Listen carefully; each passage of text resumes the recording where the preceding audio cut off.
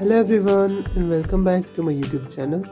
आज की वीडियो में हम पढ़ने वाले हैं अबाउट द स्कैपुलर एनास्टोमोसिस।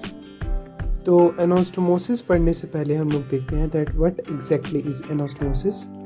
तो एनास्टोमोसिस जब भी हम बात करेंगे अबाउट द सर्कुलेटरी एनास्टोमोसिस। तो सर्कुलेटरी एनास्टोमोसिस क्या होता है? It is a connection between two blood vessels such as between an artery and another artery और बिटवीन टू वेन्स। यानी क्या होगा कि या तो आप एक आर्टरी को एक दूसरी आर्टरी के साथ मिला दें तो वो एक एनास्टोमोसिस है, या आप एक वेन को दूसरी वेन के साथ मिला दें तो वो एक एनास्टोमोसिस है, या फिर एक आर्टरी और वेन को आपस में मिला देंगे तो वो भी एक एनास्टोमोसिस है। तो एनास्टोमोसिस का काम क्या होता है?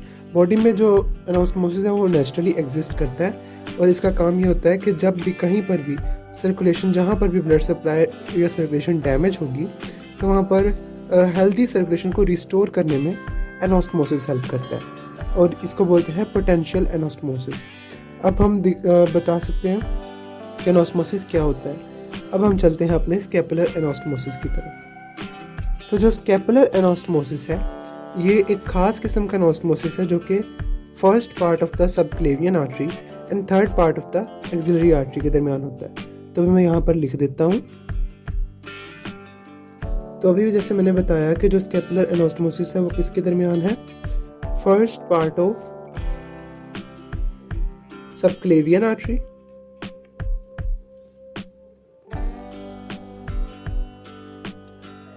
एंड थर्ड पार्ट ऑफ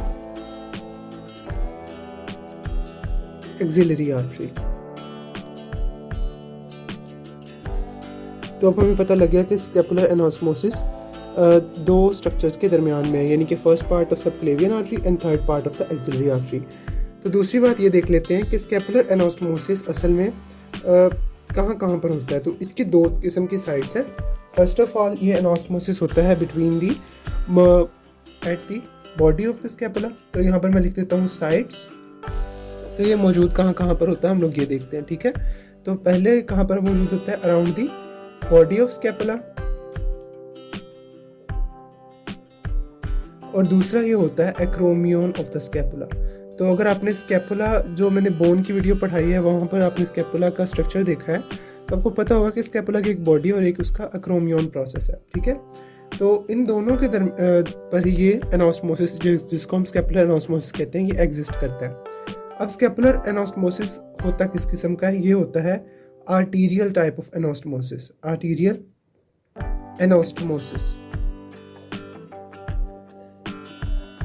अब इस आर्टीरियल एनास्टोमोसिस का काम क्या होता है? असल में इसमें दो आर्टरीज आपस में इंटरकनेक्ट होती हैं और जब भी कहीं पर भी स्कैपुला की बॉडी के अराउंड या स्कैपुला के एक्रोमियन के अराउंड अगर कहीं पर भी ब्लड सप्लाई कंप्रोमाइज हो जाएगी तो ये एनास्टोमोसिस नॉर्मल ब्लड सप्लाई को रिटेन करने में हेल्प करेगा, ठीक है। तो अब हम लोग देख लेते हैं कि इसमें आर्टरीज कौन कौन सी इन्वॉल्व होती हैं। तो सबसे पहले इसमें जो first part of subclavian artery, जैसे कि हमने पहले बात की है कि ये इन्वॉल्व होता है, तो इसकी एक ब्रांच है that is the thyrocervical trunk. Thyrocervical trunk. अब थायरोसर्वाइकल ट्रंक से हमारे पास एक आर्टरी ओरिजिनेट होती है that is the deep cervical artery. Deep branch of transverse cervical artery.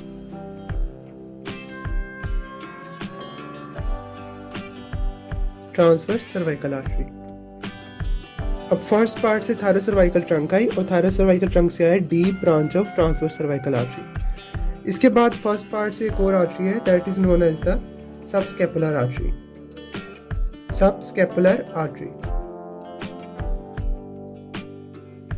अब हम बात करते हैं, क्योंकि हमने बात की third branch part of axillary artery, तो अब हमें पता है कि जो सबक्लेवियन आर्टरी है जब ये कंटिन्यू करती है तो ये बना देती है एक्सिलरी आर्टरी।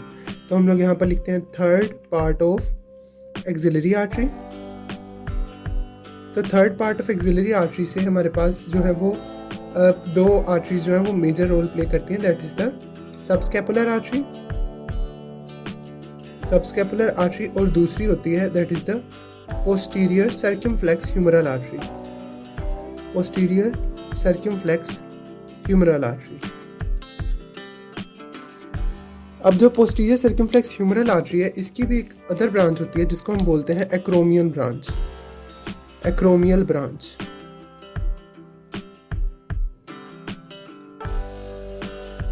तो अब हमें पता लग गया है कि कौन कौन सी आर्टरीज के दरमियान ये एनास्मोसिस एग्जिस्ट करता है, तो अब हम इस एनास्मोसिस को ड्रा और लेबल करेंगे।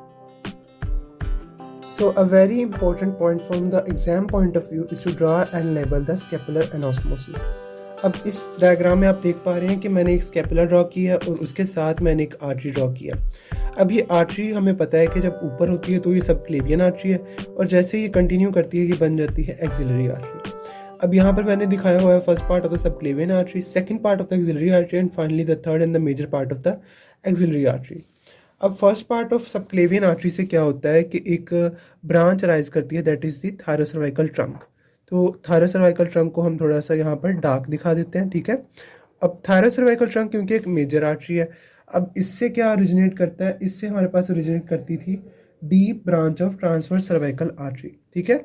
तो ये वाली जो इसकी ब्रांच है, this is the deep branch of transverse cervical artery. Exam में हमेशा ये क्वेश्चन आ जाता होता है that draw and label the anastomosis around the scapula. तो ये अभी जो हम लोग ड्रा कर रहे हैं that is around the body, ठीक है। उसके बाद deep branch of transverse cervical artery के बाद जो हमारे पास दूसरी ब्रांच आ जाती है that is the supra scapular artery.